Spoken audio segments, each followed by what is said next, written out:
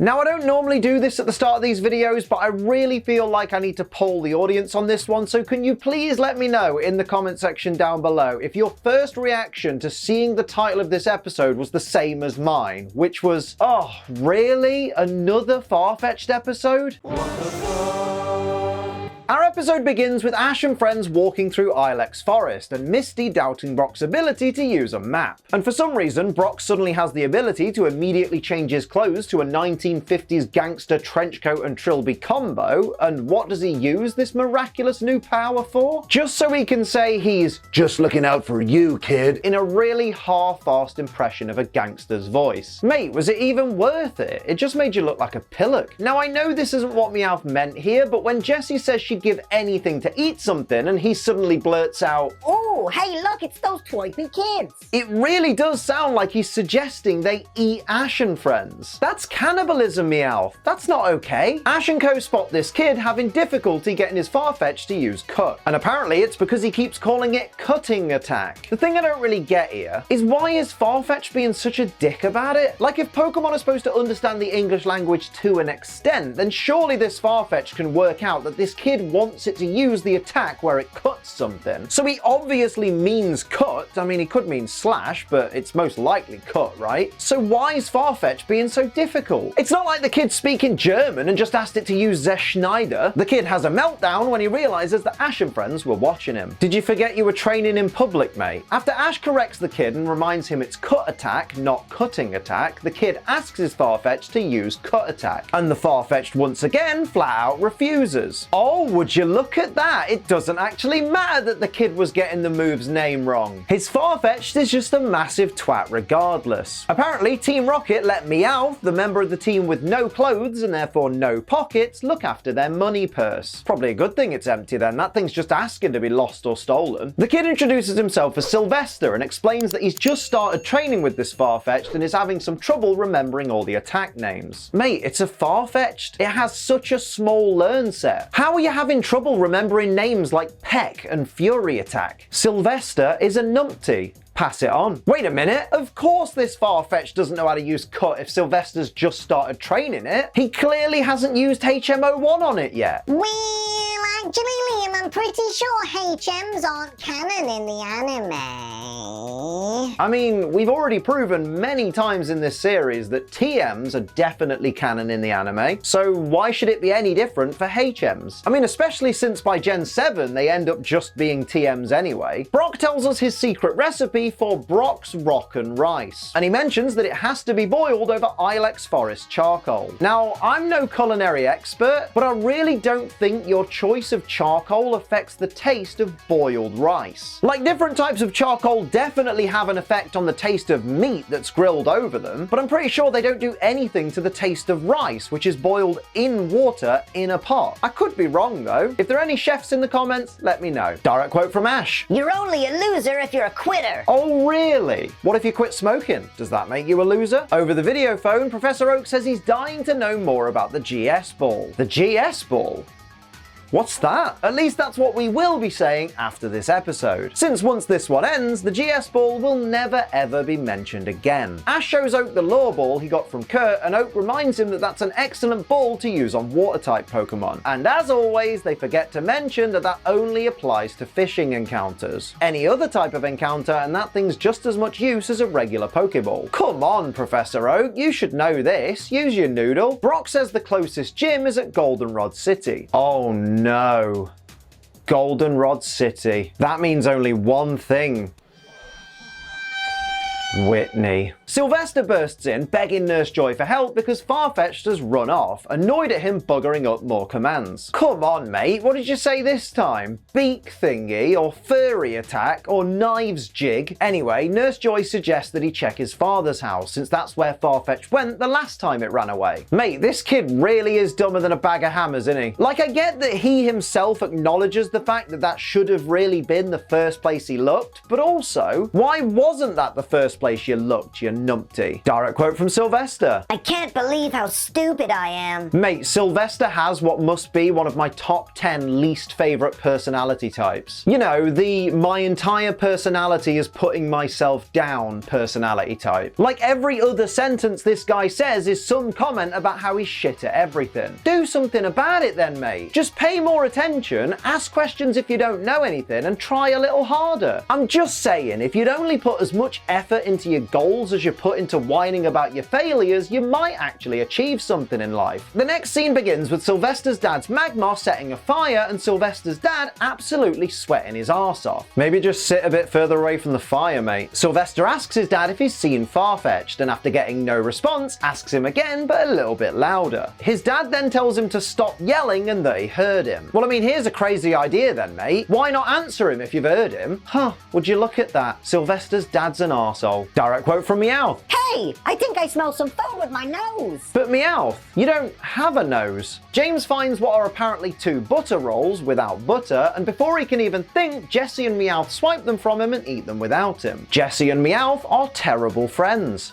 Pass it on. James tries to catch Farfetch'd by leaping at it and shouting, "I choose you!" You guys know that Pokeballs exist, right? Why not try one of those? The Who's That Pokemon is Wobbuffet. Do you know what that means? That means the next episode after this one is the Wobbuffet episode. Which means next episode we lose Jessie's Lickitung. R.I.P. Lickitung, we hardly knew ye. Or rather, Jessie hardly used ye. Oh look, the Ilex Forest Shrine. You know, to give you an idea of just how close the writers were to starting a Celebi storyline when they dropped the GS Ball concept entirely. Direct quote from Misty after Ash sends out all his Pokemon. I choose everybody! But notice she only throws 2 Pokeballs, and that's because she doesn't send out Staryu or Goldeen. Well, that's not everybody then, is it? Misty is a liar. Confirmed. Well, actually, Liam, I think you'll find Misty probably didn't send out Staryu or Goldeen because they have difficulty moving on land. I mean, Goldeen, sure, but I don't think I've ever seen Misty Staryu having difficulty moving on land, which means Staryu just got shafted for no reason. Hashtag justice for Staryu. Never mind though, because it's my boy! Brock has to immediately return Pineco to its Pokeball because it tries to self-destruct.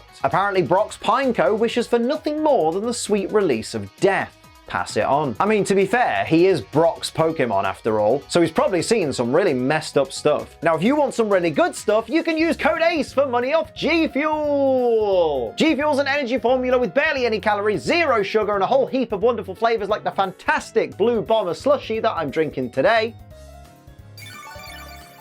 Oh, it tastes like the ice blast you get at the cinema. It's so friggin' good. This is my favorite flavor of this summer. And what's even better is if you use code ACE, you'll save 10% on your G Fuel order, as well as helping support this channel. So thank you to everybody that uses code ACE when buying G Fuel. Remember though, G Fuel is for over 18s only because it contains caffeine, and children don't need to be anywhere near caffeine. They're annoying enough as it is, and because it contains caffeine, drink it responsibly. Don't be a dickhead. Sylvester points out that Ash and friends' Pokemon don't seem too interested in looking for Farfetch'd. And wait, Squirtle, what are you doing, mate? I don't care if Bulbasaur's head is at just the right height. No means no. Ash's Squirtle is a head pusher. Confirmed. Ash tells all the Pokemon to spread out and look for Sylvester's Farfetch'd. But how can we be sure they all know what a Farfetch'd looks like? Like, as far as we know, only Pikachu, Bulbasaur, and Psyduck have actually seen a Farfetch'd in person. So do the other Pokemon even know what they're looking for? Ash then tells everybody to meet back here in an hour, even though nobody has a watch on them, so how can any of them keep track of the time? When Jessie's Arbok tries to hit it with Poison Sting, Sylvester's Farfetch'd spins its leak to make a shield to block the attack. Firstly, I guess we'll just assume that this move was Protect.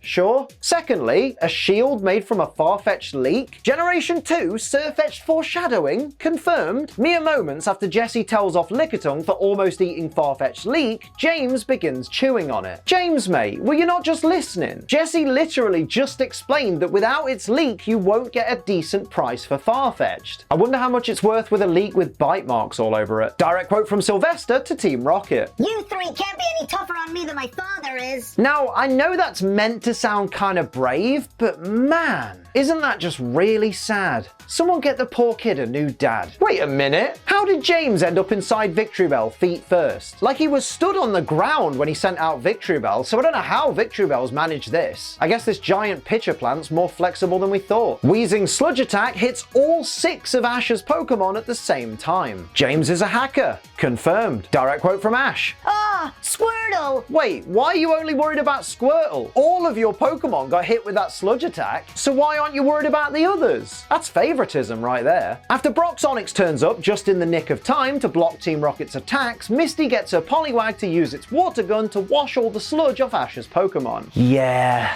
I'm not sure that's how water gun works, mate. Every Pokemon here should be taking at least a little bit of damage, especially Cyndaquil. Man, imagine if getting rid of poison in the games was as easy as just washing it off. You'd save a ton of money on antidotes, wouldn't you? Ash asks his freshly watered Pokemon if they're ready to get Sylvester's Farfetch'd back, and then we get this direct quote from Sylvester. Wow, Ash is great! What are you talking about, mate? Ash was just screaming for his life while all of his Pokemon were trapped in sludge. If it wasn't for Brock's Onix turning up at just the right time and Misty's Poliwag rinsing away all the sludge, your Farfetch'd to be long gone. Screw your head on, lad. James tells Weezing and Victreebel to use Team Attack. That's not a move.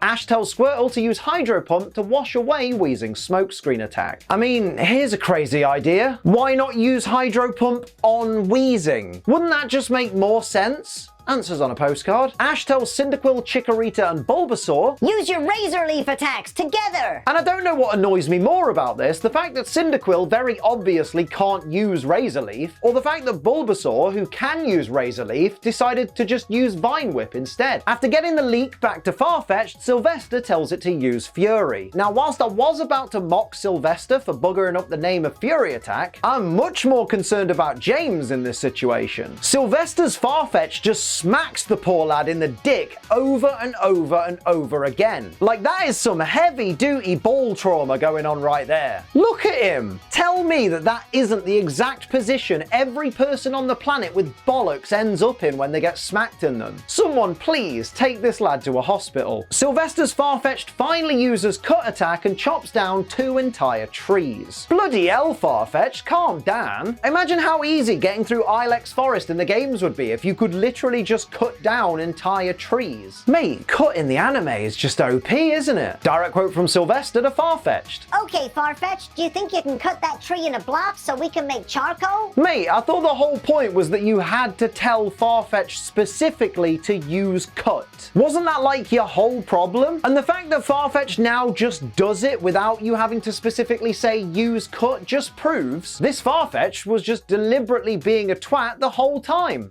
Pass it on. Later on, Sylvester's dad tells Sylvester that he's proud of him, and that more importantly, he should be proud of himself. No, he shouldn't. You said he needed to learn how to handle Farfetch'd and Magmar, and I'm pretty sure he's only proved he can handle one of them so far. Sylvester's dad thanks Ash and friends by giving them a bunch of Ilex Forest charcoal. Mate, that is not the gift you think it is. Sure, I get it, it's the finest charcoal in Johto, blah blah blah blah blah, but think about it. Brock's got to carry that lot now, and there's fucking loads of it, so he's going to be carrying it for a while. So those are my WTF moments of Pokemon Season 3, Episode 29, A Farfetch'd Tale. Let me know your favourites and any that you think I might have missed down in the comments below. Don't forget to like, share, and subscribe. Head to twitch.tv/AceTrainLiam for all of my live streams 5 days a week, and use code ACE to save money on G Fuel while supporting the channel. Join and become a member and all that stuff, and until next time, I'm Ace Trainer Liam. Keep on training.